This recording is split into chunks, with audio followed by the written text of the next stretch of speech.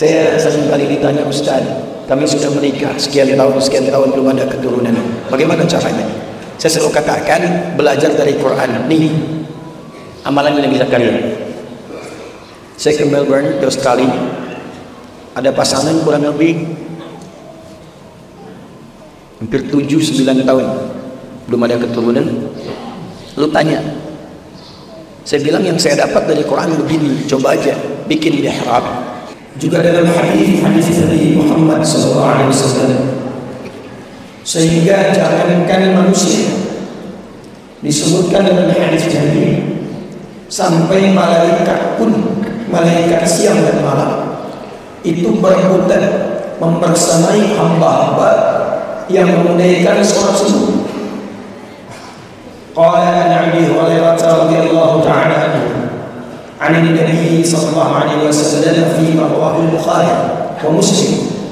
Hadisnya disebutkan dalam Sahih Al-Bukhari nomor hadis 555, di Sahih Muslim nomor hadis 632, yang meriwayatkan sahabat utama Abdurrahman bin Sakhar yang dikenal dengan sahabat kunyahnya Abu Hurairah. Dari Nabi sallallahu alaihi wasallam beliau bersabda, يتعاقبون فيكم ملائكة بالليل وملائكة بالنهار يجتمعون في صلاة العصر وصلاة الفجر. Akan berebut berdesak-desakan, berdatangan malaikat malam dan malaikat siang. Jadi malaikat yang bertugas di malam dan siang hari itu akan berkumpul membersamai orang-orang yang beribadah, menunaikan sholat khususnya di 2 waktu. Dan 2 waktu ini nanti yang disebut oleh Allah Subhanahu wa Ta'ala diisyaratkan dengan sholat pertengahan. Itu ada di Quran surah kedua Al-Baqarah di ayat 238.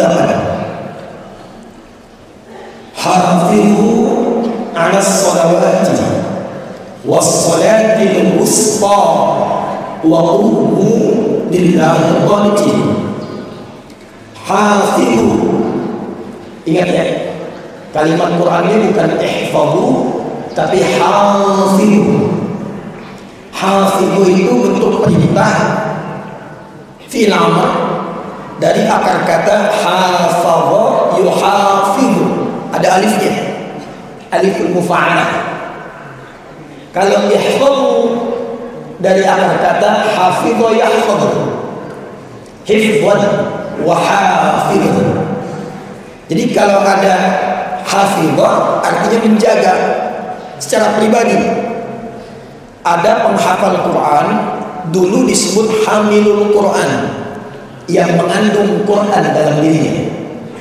Ibu mengandung bayi janin, maka seorang ibu menjaga mulutnya dari harta yang haram supaya tidak masuk ke dalam rahim, menjaga fikir, illa kecuali liya'buduni. Harakat ujungnya kasrah itu, bukan fathah. Lihat harakat ujungnya kasrah. Karena itu di riwayat Waras itu dibaca wakafnya, wa ma sadaqatul jinna wal insa illa liya'buduni. Cuma dihafaz, dikasih harakat, kemudian ditakhfif. Ya, harakatnya masih kasrah, dihilangkan ya-nya, cuma diberitakan dengan harakat kasrah.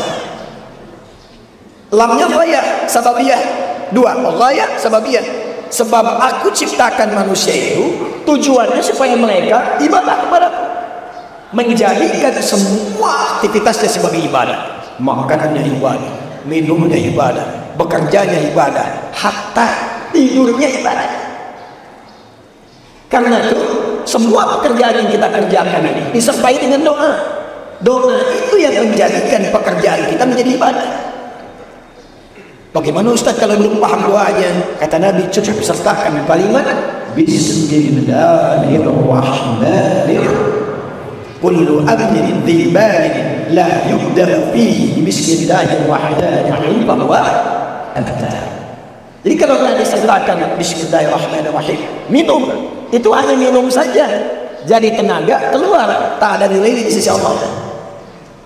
Seseorang yang menjadikan semua kegiatannya sebagai ibadah, nanti dia diberi nilai oleh Allah. Nilainya itu yang akan ikut kita saat pulang kembali kepada Allah.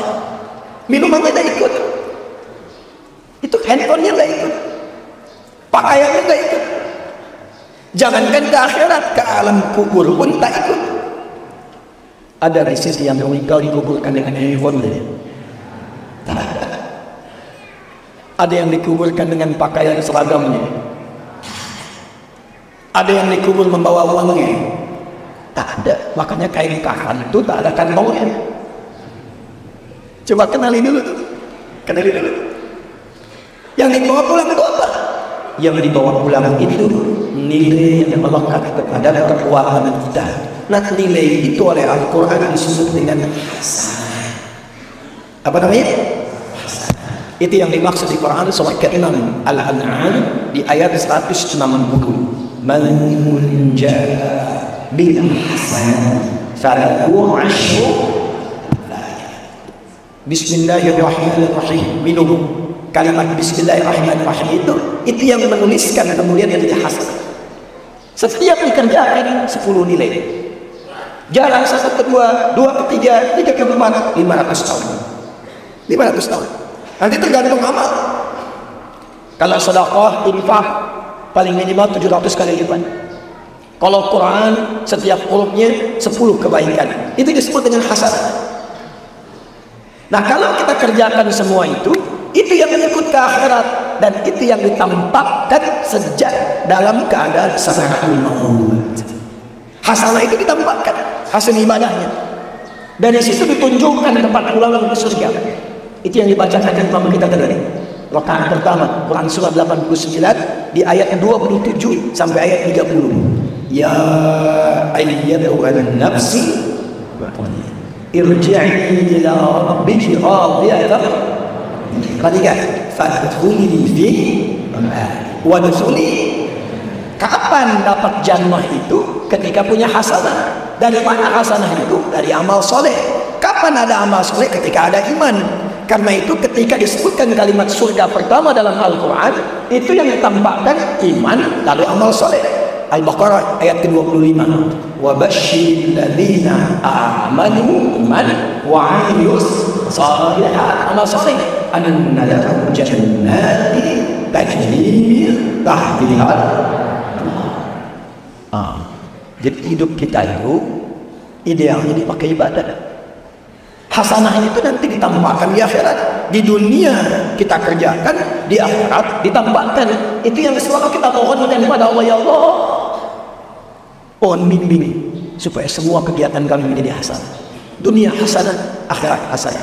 Disitulah kita berdoa mengutip Quran surah kedua ayat 201. Wa minhum man yaqulu rabbana atina fid dunya wa fil akhirati wa qina.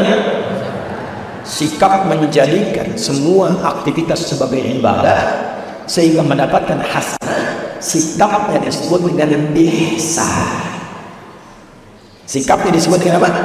Ihsan. Gabungan thayyib, khair, ma'ruf, ihsan, menjadikan semua kegiatan karena Allah. Gabungan 4 ini yang menyatukan dan menjadikan kata yang kelima disebut dengan soleh. Jadi amal itu baru soleh kalau ada iman. Amal itu baru soleh kalau dikerjakan karena apa? Karena itu orang-orang yang tidak beriman sekalipun berbuat baik itu nggak disebut soleh dalam Quran. Disebutnya amal saja. Sayyidah Aisyah radhiyallahu ta'ala pernah berkonsultasi pada Nabi sallallahu alaihi wasallam. Ya Rasulullah, itu sesebulan orang baik. Dia suka donasi, bantu masyarakat, perbaiki sarana prasarana. Cuma dia belum beriman. Bagaimana status dia di hadapan Allah? Bagaimana status amalnya? Itu seketika tak menunggu lama turunlah Quran surah ke-25 ayat 23. Perhatikan ayat. Wa qadimna ila ma'amilu min ajalin. Tak ada soleh, cuma amal saja. Wa qadimna ila ma'amilu min ajalin faja'alnahu haba'an mansura. Kalau ada orang yang belum beriman, atau ada orang beriman ikut-ikutan seperti orang yang belum beriman, maaf, saya katakan belum beriman, selalu saya pegang kalimat ini supaya saya berharap bisa beriman. Jika ada orang sehidup belum beriman, dia berbuat baik, apa saja itu, perbaiki fasilitas, perbaiki jalan, umbang ini, umbang itu, dengan keadilan hukum kita Allah, dengan keadilan itu akan dibalas perbuatan baik itu di dunia. Karena dia berbuat di dunia, dibalas di dunia. Tapi ke akhirat tak bisa ikut, karena kunci untuk mendapatkan rahmat Allah di akhirat iman hasanah. Maka pastikan semua kegiatan kita punya nilai di hadapan Allah. Itu yang dimaksudkan saleh.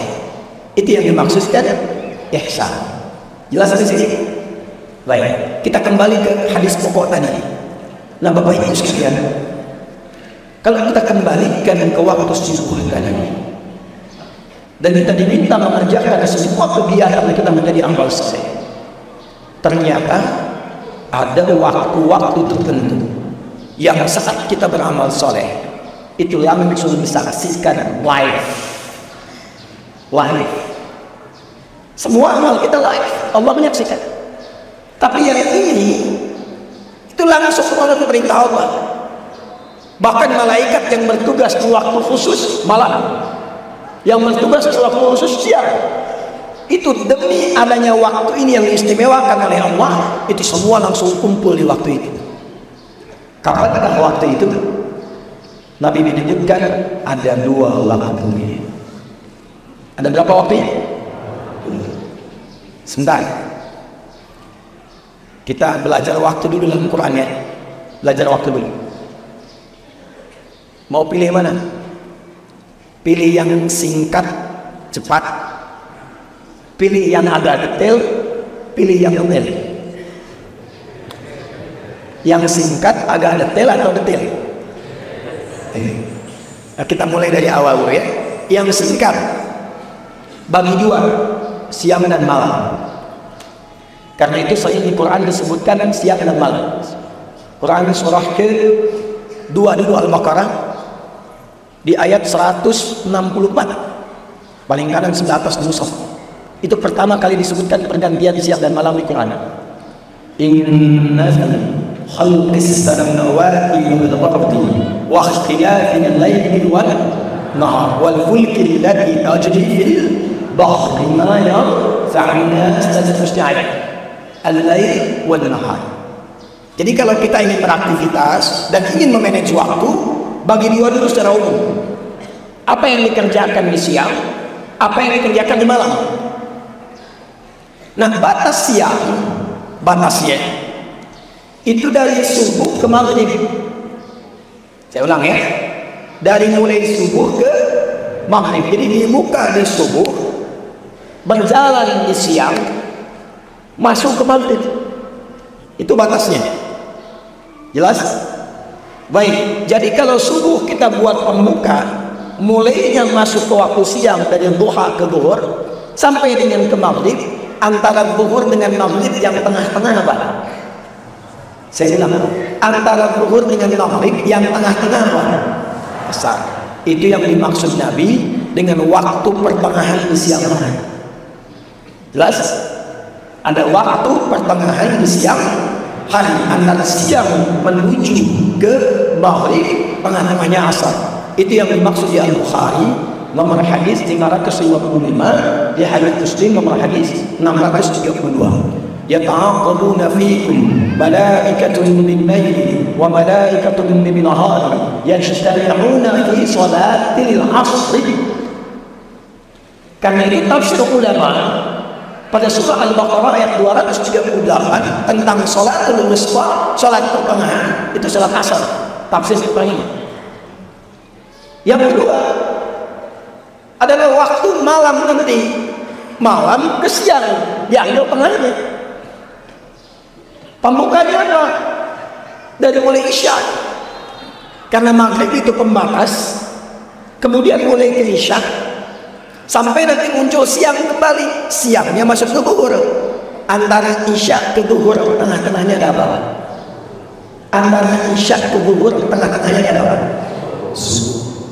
Maka tafsir yang kedua, ada waktu pertengahan langsung disebutkan oleh Nabi, begitu pentingnya, sampai malaikat malam berkumpul, malaikat siang berkumpul di waktu pertengahan ini. Wa fi salatis subh, di waktu subuh.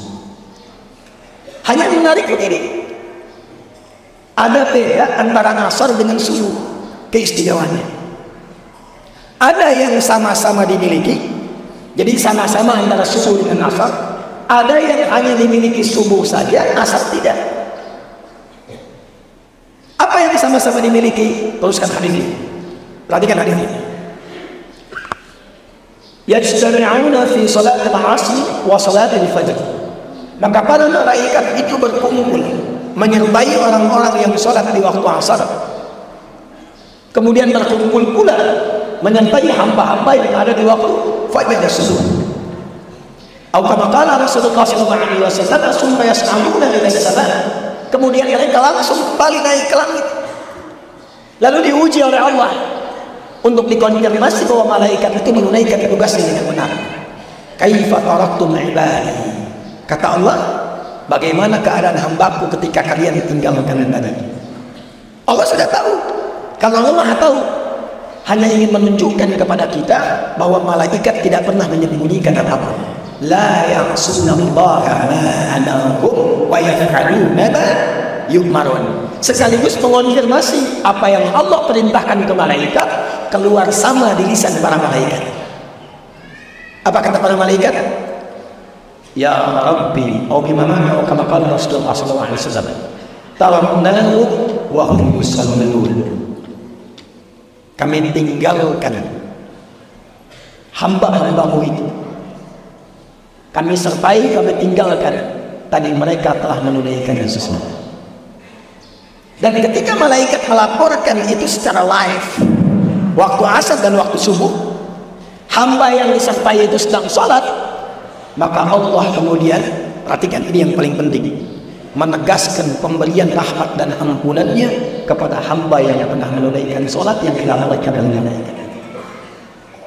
Karena itu sholat subuh itu penting, sholat asar itu penting. Karena itu termasuk waktu yang paling gratis ketika digunakan yang bisa mendatangkan rahmat Allah Subhanahu wa ta'ala. Tapi ada kemuliaan subuh yang tidak didapatkan di asar. Saking kagetnya dia nangis. Apa kemuliaannya?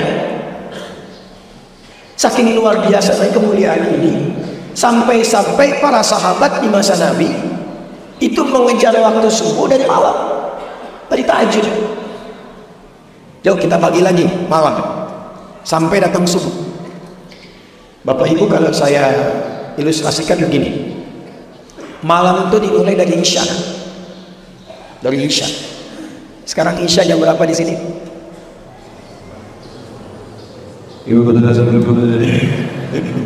Maksudnya kalau aku salah. Ya. Sudah. Ciri orang beriman yang disebutkan dalam Al-Quran, di antara cirinya hafal waktu sholat. Hafal waktu. Yang paling dasar, yang paling rendah, ingat saat dipanggil. Itu yang paling standar. Yang standar itu ada di Quran surah 8 ayat 2, Al-Anfal ayat 2. Innamal mu'minuna alladzina idza dzukirallahu wajilat. Ciri standar orang beriman itu standar, bukan kuat, standar. Ciri standar orang beriman itu kalau disebutkan nama Allah ada getaran di hatinya, ada konfirmasi. ingat Allah. Karena itu disebutkan nama Allah 5 kali dalam sehari, dalam pergantian waktu. Subuh disebutkan, siang zuhur disebutkan, asar sore disebutkan, maghrib disebutkan, isya disebutkan, dan diperdengarkan pada setiap hamba yang masih punya pendengaran di telinganya.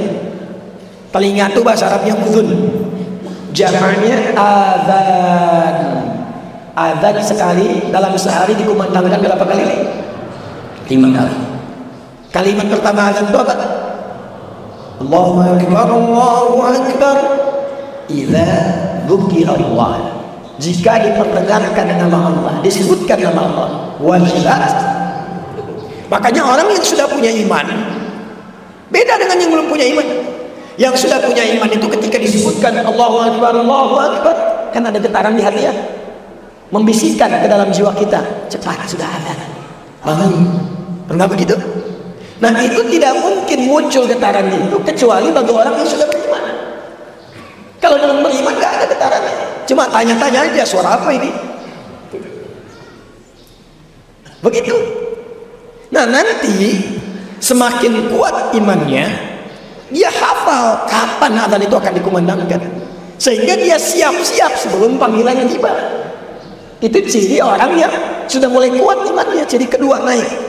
Itu ditemukan di Quran surah keempat An-Nisa di ayat 103. Ya kita sama Quran sama hadis, sama Quran sama hadis supaya lebih kuat ya. Perhatikan kalimatnya, ayatnya.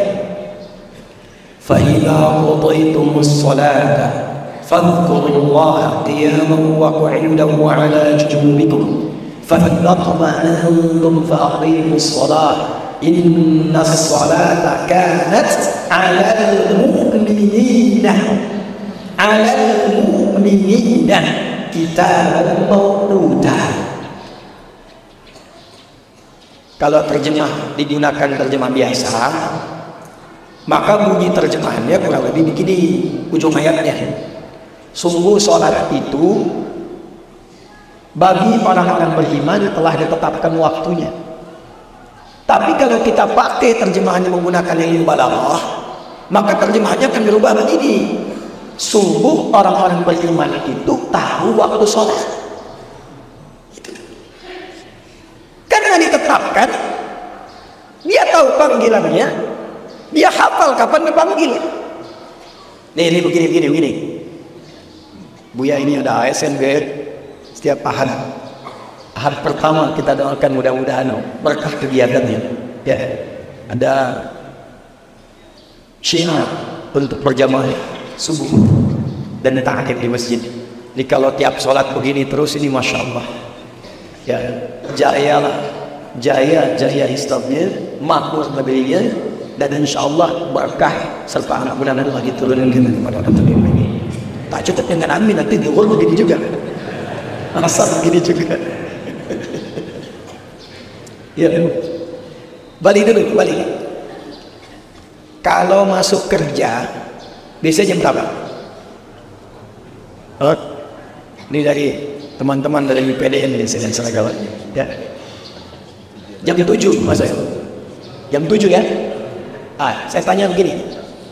Karena sudah tahu waktu masuk jam 7, berangkatnya jam 7 atau sebelum jam 7? Orang yang tahu jam kerjanya jam 7, maka dia akan mempersiapkan diri sebelum jam 7. Dia bangun lebih awal. Dia siapkan pakaian, dia setrika dari malam, dia smil sepatunya.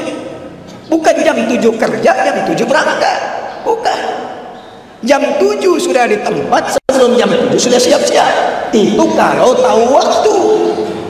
Tapi kalau tak tahu waktu, tiba-tiba dapat absen, jadi telepon dicari-cari, sudah masuk kamu kemana? Lalu dia siap-siap, sudah datang, oh sudah masuk tuh. Nah orang beriman itu kalau tahu waktu sholat, dia akan siap-siap sebelum tibanya waktu sholat. Itu cara memahami. Tapi pertanyaan besarnya, kalau dipanggil manusia saja hafal waktunya dan siap-siap sebelum itu, kenapa ketika pencipta kita memanggil kita tidak punya persiapan untuk datang? Padahal manusia yang memanggil kita itu belum tentu memberikan solusi atas masalah kita. Pinjam uang aja belum tentu dipinjami. punya kebutuhan belum tentu dibantu, punya masalah belum tentu diselesaikan. Sedangkan Allah saat memanggil kita, itu dari awal memanggil, dari panggilannya sudah menjanjikan kepada kita akan menuntaskan semua persoalan kita, membahagiakan kita, menyukseskan kita, menuntaskan persoalan sehingga melahirkan kebahagiaan dan kesuksesan. Dalam bahasa Arab disebut dengan falahun. Apa namanya? Falah. Bukankah diperdengarkan dalam panggilan ketika Anda bertanya, kenapa harus sholat? Hayya 'alas sholat. Kenapa sholat? Hayya 'alal. Itu diperdengarkan. Makanya orang-orang yang memahami panggilan sholat itu panggilan solusi, panggilan pemberian kebahagiaan dari Allah. Itu sholatnya tidak menjadi beban. Dia tahu, oh ini waktunya saya meminta kepada Allah diselesaikan masalah saya. Ini waktunya saya curhat. Ini janji Allah untuk mengabulkan doa-doa saya. Bicara memahami sholat itu jangan dijadikan sebagai beban. Pahami sholat sebagai nikmat dan rahmat Allah Subhanahu wa ta'ala. Itulah saat kemudian kita dipanggil dalam Quran, dibuka dengan kalimat iman, dimasukkan kalimat permohonannya. Al-Baqarah ayat 153. Ya ayyuhalladzina amanu ista'inu bis-sabri was. Jadi panggilan sholat itu panggilan solusi. Hei kalian yang punya masalah, kata Allah, datang sini. Kan aku yang punya solusi. Aku yang punya harta, razak. Aku yang punya ilmu. Aku yang punya segala persoalan yang bisa aku selesaikan. Karena itu kita datang. Diperintahkan ibadah, kita katakan iyyaka na'budu. Ya Allah, Engkau perintahkan aku datang untuk beribadah kepadamu. Salat sekarang. Salat itu tingkat pertama dalam ibadah setelah akidah. Tingkat pertama. Karena itu setelah disebutkan akidah, muncul ibadah, itu salat. Itu ada di Quran surah 20 Thaha ayat ke-14. Innani anallahu la ilaha illa ana, akidah. Fa'budni, ibadah. Wa aqimis sholata li dzikri, salat. Karena itu bersanding bersamaan, akidah, ibadah, salat.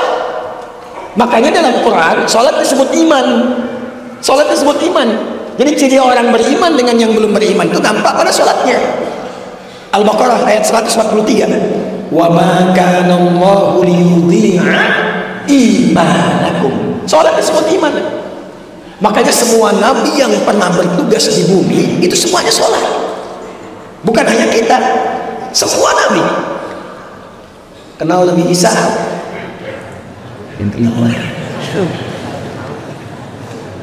Kayaknya kalau ada yang kenal Nabi Isa langsung sembuh ini. Nabi Isa sholat.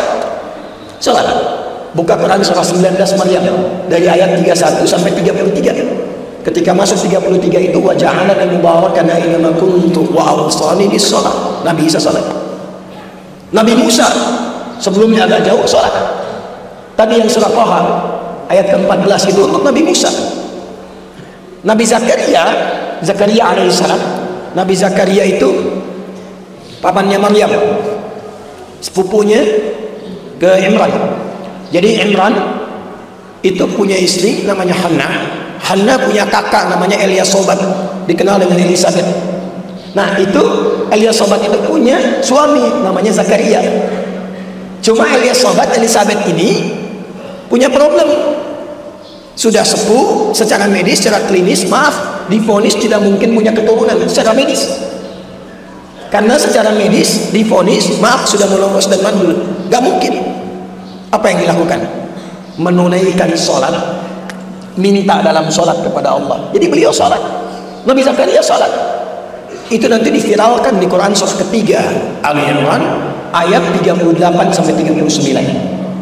Hunalika da'a Zakaria rabbah qala rabbi hab li min ladunka dzurriyyatan thayyibah innaka sami'ud du'a. Perhatikan jawabannya. Fanadatul malaikatu wa huwa qa'imun yusalli fil mihrab. Saya sering kali ditanya, Ustaz, kami sudah menikah sekian tahun belum ada keturunan. Bagaimana caranya? Saya selalu katakan, belajar dari Quran. Nih amalan Nabi Zakaria.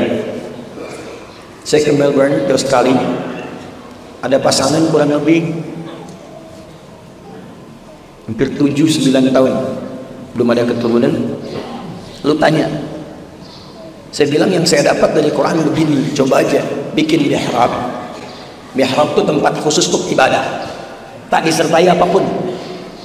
Mihrab itu keutamaannya, satu, cepat mengabulkan doa, kedua, memudahkan datangnya rezeki. Karena itu kenapa imam di mihrab? Karena imam punya tugas memimpin orang sholat supaya doanya cepat terkabul. Nah, cuma mihrab itu tidak harus di masjid, di rumah bisa dibikin doang kecil, tak usah lebar-lebar luas-luas, kecil aja ya, kecil, hamparkan sajadah, tapi hanya ibadah saja di situ, jangan sertakan yang lain, termasuk bikin status keluar dari mihrab, ceklik sedang di mihrab gitu ya. Gunakan ibadah saja, baca Quran di situ, sholat di situ, itu tempat akan mempercepat terkabulnya doa dan mendatangkan rezeki dengan mudah. Nah, itu nampak pada Maryam. Maryam punya mihrab. Nanti ayat 37-nya silakan baca terpisah. Nabi Zakaria sholat di mihrab, minta sama Allah keturunan, dikabul. Mintanya lewat apa? Sholat. Dan menariknya, sholatnya belum selesai, masih berdiri dalam sholatnya. Nabi Ismail, datuknya Nabi yang ke-29. Ini dari Nabi Muhammad ke Nabi Ismail itu 29 generasi. Itu bahkan memerintahkan kepada semua keluarganya supaya sholat. Saking pentingnya sholat. Itu ada di Quran surah 19 Maryam ayat 55. Wa kana ya'muru ahlahu bis-shalah. Jadi semua nabi yang pernah bertugas di bumi itu semua sholat, saking pentingnya sholat. Muhammad sallallahu alaihi wasallam bin Abdullah bin bin Hashim bin Abdullah bin Qusay bin Murrah bin Hilal bin Ka'ab bin Ghalib bin Fikr bin Mahdi bin Nadar bin Kinana bin Khazim bin Murika bin Ilyas bin Nizar bin Mubad bin Ma'ad bin Adnan bin Adi bin Adri bin Qawm bin Nahur bin Tafir bin Ya'qub bin Yamik bin Yasir bin Ismail alaihissalam bin Ibrahim alaihissalam bin Azar Qawmiyah bin Amir bin Kinan bin Al-Fakhshah bin Nuh alaihissalam bin Yabsharah bin Kinan bin Al-As bin Nidh bin Adam alaihissalam. Jadi kalau kita urut ke atas, dan di setiap generasi ada nabinya, itu memerintahkan untuk sholat, saking pentingnya sholat.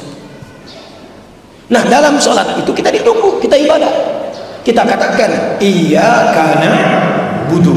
Setelah itu apa? Wa iyyaka nasta'in. Sekarang perhatikan hadis kuncinya. An Abi Hurairah radhiyallahu ta'ala anhu qala an-nabiy sallallahu alaihi wasallam qala Allah azza wa jalla. Perhatikan kalimatnya, saya langsung ke ujungnya saja. Wa idza qala al-'abdu iyyaka na'budu wa iyyaka nasta'in. Jika seorang hamba masih berdiri, belum sujud, masih berdiri dalam salat dan mengucapkan kalimat iyyaka na'budu wa iyyaka nasta'in, ya Allah, Engkau panggil aku supaya salat sekarang, aku salat ibadah hanya kepadamu, dan Engkau janjikan supaya minta apapun dalam salat yang menjadi kebutuhanku, sekarang aku hanya bermohon kepadamu. Maka apa jawabannya? Qala Allah azza wa jalla, itu langsung dijawab oleh engkau, hadza baini wa baina 'abdi wa li ma sa'al. Ini perjanjian antara aku dengan hambaku, apapun yang hambaku minta sekarang aku akan kabulkan. Itu setiap sholat, tapi khusus waktu subuh itu langsung Allah perhatikan, dan malaikat semua datang memperhatikan, dan pada saat itulah malaikat mengaminkan apa yang dimintakan oleh hamba-hamba itu, langsung mengaminkan. Sedangkan hadis lain mengatakan faman wafaqa ta'minuhu ta'minal malaikati ghufira lahu ma taqaddama min dhanbi. Yang aminnya bersamaan dengan malaikat, minta diaminkan. Atau dalam sholat kita amin, malaikat amin, langsung dapat bonus, bukan hanya dikabulkan doanya, tapi langsung mendapatkan ampunan Allah Subhanahu wa ta'ala. Jadi keutamaan waktu subuh itu yang pertama, mempercepat datangnya ampunan Allah Subhanahu wa ta'ala. Maaf, Pilih mana? Dapat harta 100 miliar atau dapat ampunan Allah? Tak ada yang ketiga, cuma dua saja ini. Dapat harta 100 miliar atau dapat ampunan Allah? Pilih itu. Masa suaranya lemah sekali. Ampunan Allah. Wah, ini tak pede, ini ada sesuatu itu. Ingin ampunan Allah tapi sekarang kau mohon maaf tuh. Ada yang meninggalkan Jumat karena kejar proyek. Ada yang bahkan bekerja yang pekerjaannya bersamaan dengan waktu sholat, padahal dia tahu dalam sholat bisa mendatangkan rezeki. Nah, subuh itu spesial. Karena itulah langsung disebutkan dalam Al-Quran, Allah menegaskan tentang keutamaan ini. Quran surah 17 ayat 78. Aqimis salata liduluki syamsi ila ghasaqil laili. Tunaikan salat dengan benar dari mulai tergelincir matahari. Zuhur dulu disebutkannya sampai ke malam tiba, sampai ke isya. Zuhur, asar, maghrib, isya. Ini standar. Tapi subuh diakhirkan. Subuh urutannya diakhirkan. Wa qur'anal inna qur'anal fajr kana. Tadi kan yang 4 disebutkan sholat, tapi yang subuh redaksinya oleh Al-Quran ditegaskan dengan nama Quran. Quran bukan hanya sholatnya. Ternyata yang penting di waktu subuh itu bukan hanya sholatnya, tapi semua bacaan yang disampaikan di waktu subuh langsung dipersaksikan. Kalau doa dikabulkan, kalau istighfar diampuni, kalau minta rahmat diberikan. Itu subuh. Karena itulah ada orang-orang yang berburu waktu subuh karena tahu waktunya. Oh, ini jam 4.45 di Sumatera Barat. Maka dia bangun karena tahu waktu, dia siapkan jam 3 bangun. Ada yang setengah 4. Jadi 4.45 ada, jam 3 sudah bangun. Karena tahu ada waktu yang istimewa. Bahkan dia kejar menjelang subuh. Ada waktu menjelang subuh, itu disebut sahar namanya. Misal subuh 4.45, 15 menit sebelum subuh itu disebut dengan saharun, sin ha ra. Jamaknya disebut dengan ashar.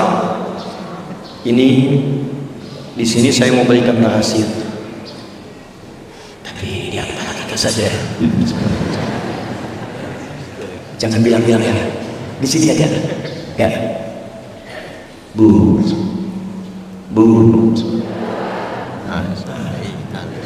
Kalau kemarin di Tanah Datar saya bilang bu, yo. Oh ya, sini ya. Bu. Nah, ini seru. Empat ini. Waktu sahar, waktu ashar itu diistimewakan oleh Quran dengan satu amalan yang bila itu dikerjakan bahkan disifati oleh Quran sebagai penghuni taman surga yang sedang beraktivitas di bumi. Jadi ada calon penghuni taman surga, Jannatul Uyun, sedang beraktivitas di bumi. Dia tinggal nunggu meninggalnya aja untuk pulang.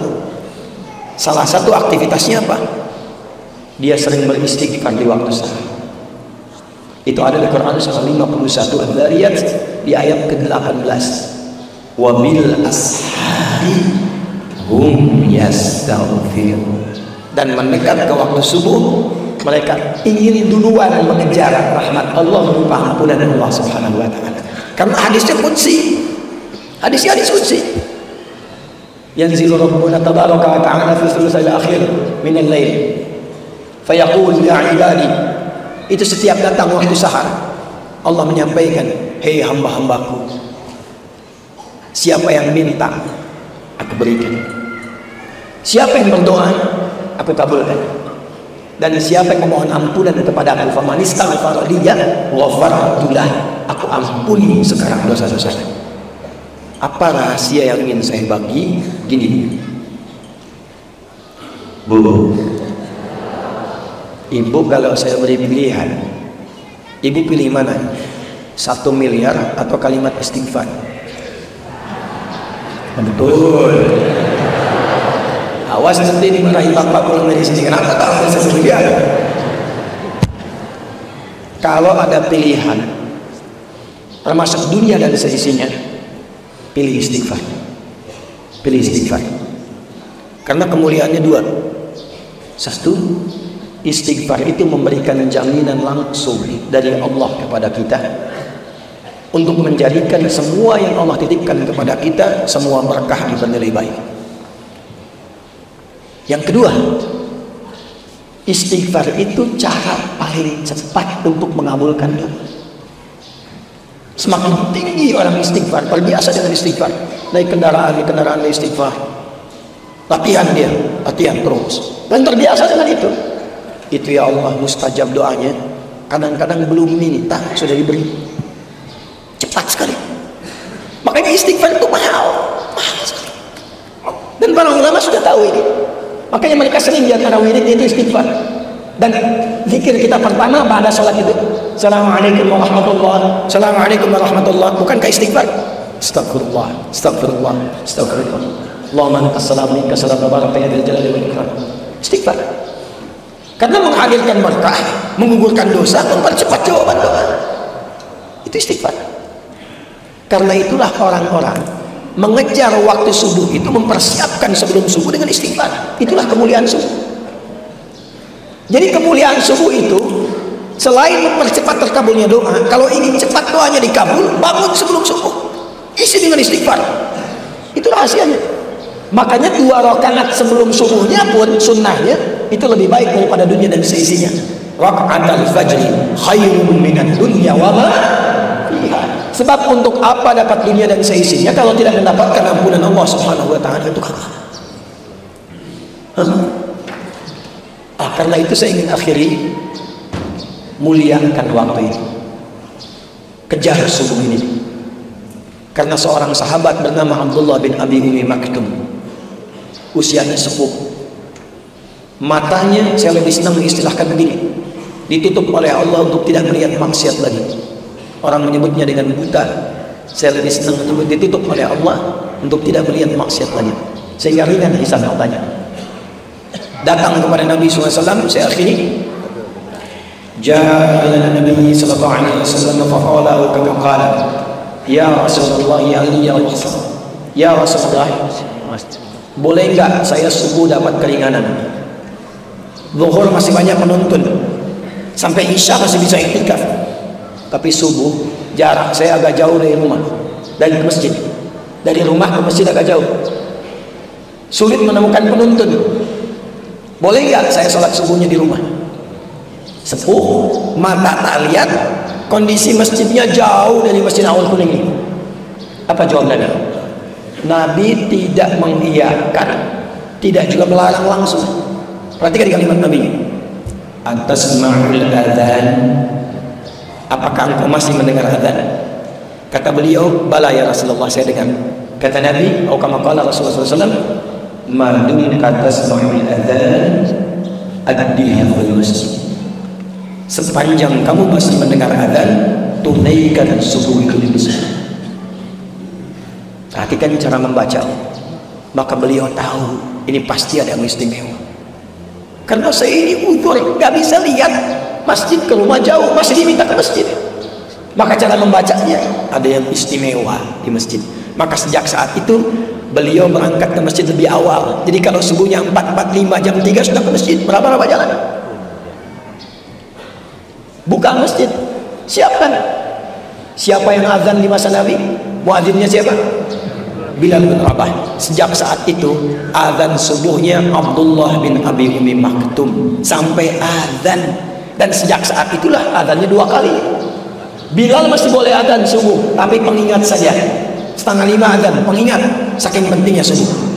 Tapi azan subuhnya Abdullah bin Abi Umi Maktum, seorang sahabat mulia, fisiknya sudah sepuh, letih, rambut sudah memutih, mata tidak bisa melihat, untuk datang subuh ke masjid, meraba jalan sampai azan di masjid. Siapa Anda?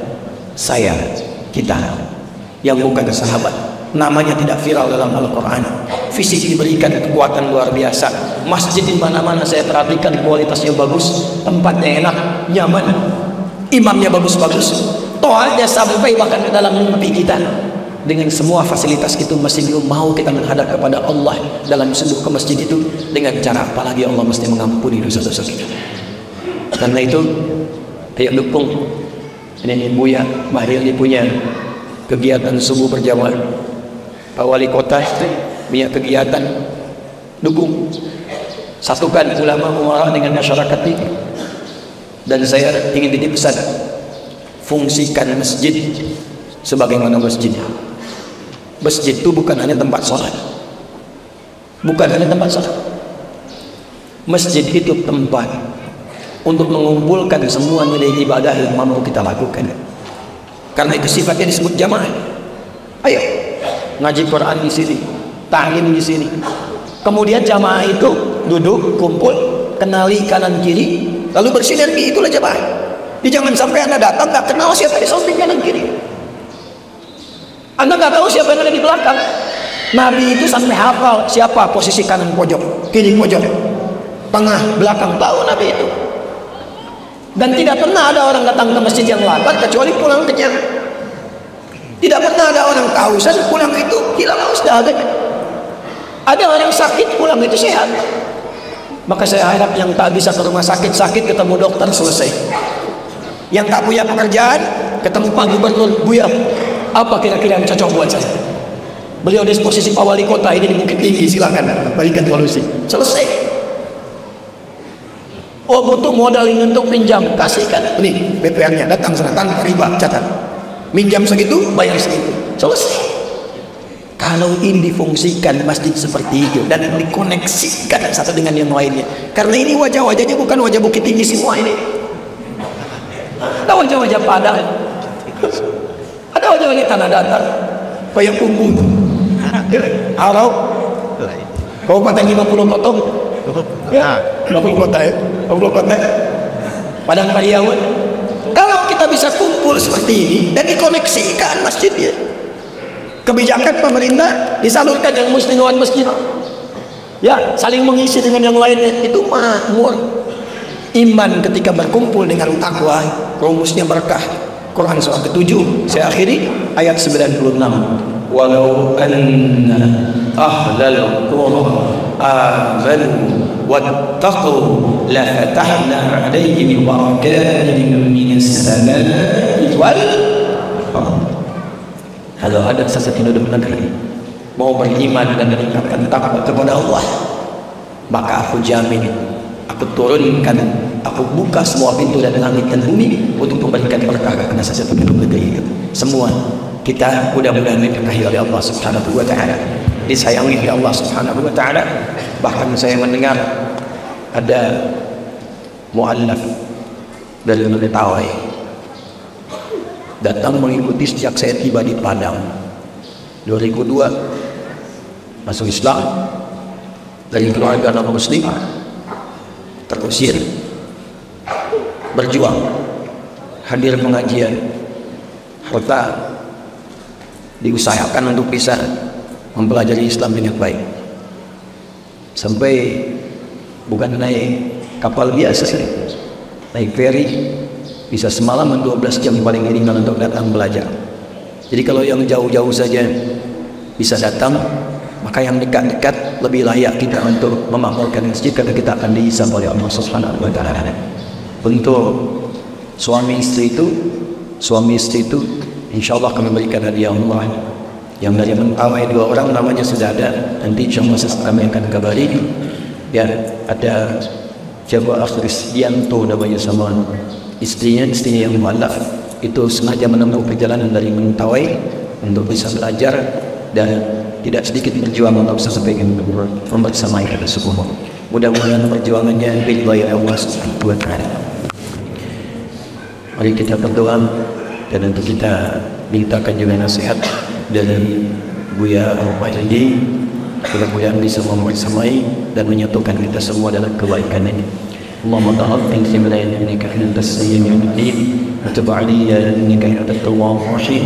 اللهم بارك لنا يا أرحم الراحمين في هذا الاجتماع وبارك اجمعنا جميعا مرحوما وتفرقنا من بعده تفرقا معصوما. لا تدع لنا في مقامنا هذا في كل مقام ذنبا إلا غفرته ولا هما إلا فرجته ولا دينا إلا قضيته ولا مريضا إلا شفيته ولا حاجة من حوائج الدنيا والآخرة فيها لك رضا وفيها لك الصلاح إلا قضيتها يا أرحم الراحمين. اللهم اجعلنا من أهل القرآن واجعل القرآن صاحبا لنا وشفيعا لنا في الدنيا والآخرة يا أرحم الراحمين. اللهم يا الله بارك هذا المكان وبارك هذه المدينة وبارك هذه المحافظة بيدك الخير إنك على كل شيء قدير. واجعلها بلدة طيبة وأنت ترضاها واجعل اندونيسيا بلدة طيبة وأنت ترضاها. ألف بين قلوبنا وصفوفنا وجنبنا من التفرقة. اللهم انصر إخواننا في فلسطين في العراق في أفغانستان في كل مكان مبتلين إليك يا الله إليك يا أرحم الراحمين. ربنا آتنا في الدنيا حسنة وفي الآخرة حسنة وقنا عذاب النار. صلى الله على سيدنا محمد وعلى آله وصحبه أجمعين. سبحانك اللهم وبحمدك نشهد أن لا إله إلا أنت نستغفرك ونتوب إليك والحمد لله رب العالمين. جزاكم الله خير. السلام عليكم ورحمة الله وبركاته.